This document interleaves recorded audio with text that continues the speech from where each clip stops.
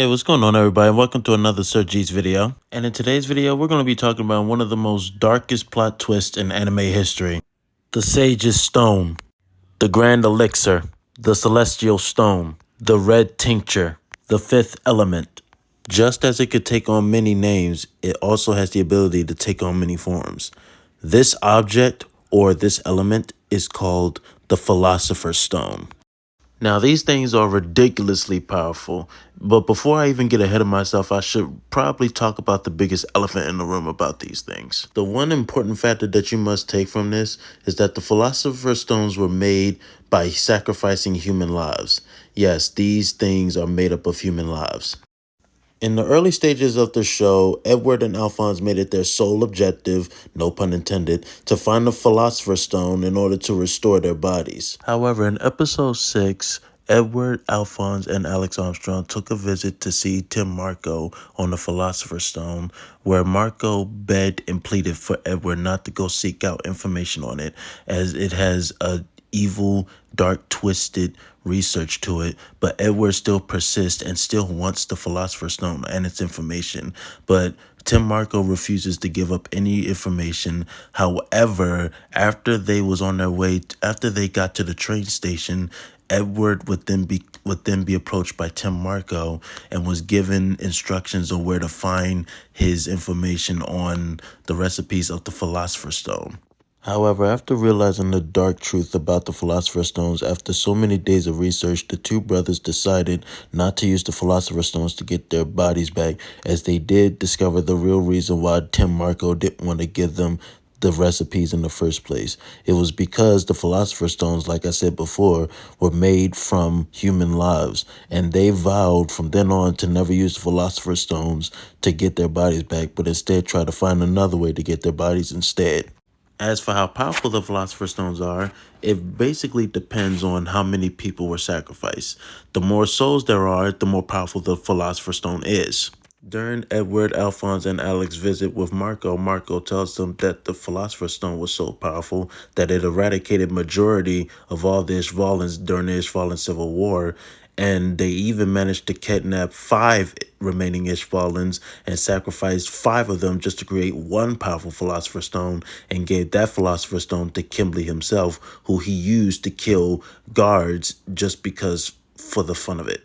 During the Ishvalan Civil War, Kimberly used the Philosopher's Stone to take out majority of the Ishvalans and destroy majority of their land.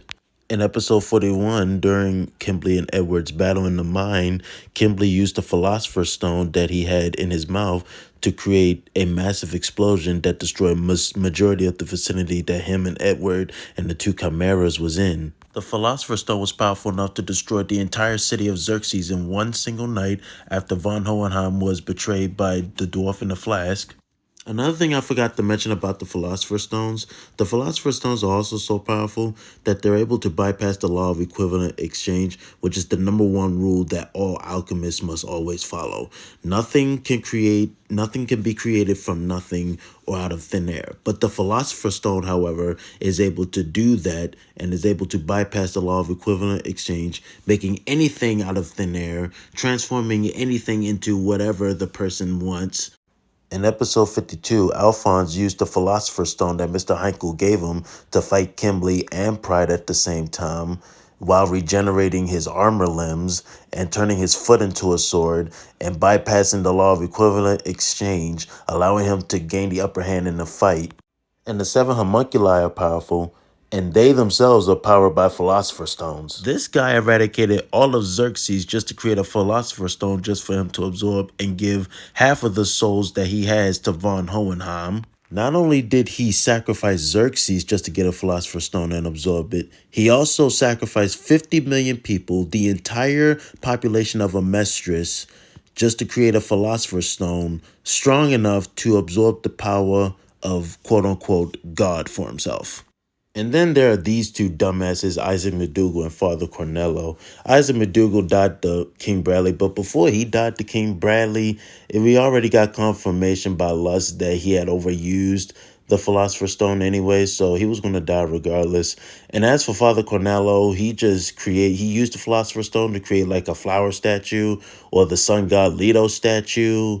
and even created like a big minigun out of thin air to try to kill Alphonse and Edward after Edward and Alphonse caught this guy slipping. So, yeah, there's those two as well. But yeah, guys, that's it about the Philosopher's Stone. There really isn't much to talk about. So I think I practically touched everything about it in detail. So be sure to like, comment, and subscribe and share. I will be planning on making videos on FMA for like 2 weeks, in like 2 weeks. So in the next 2 weeks, do expect another video. Next video, I'm going to be talking about Roy Mustang's Flame Alchemy, so do stay tuned for that. But other than that, please like, comment, and subscribe and share with any other Full Metal Alchemist fans.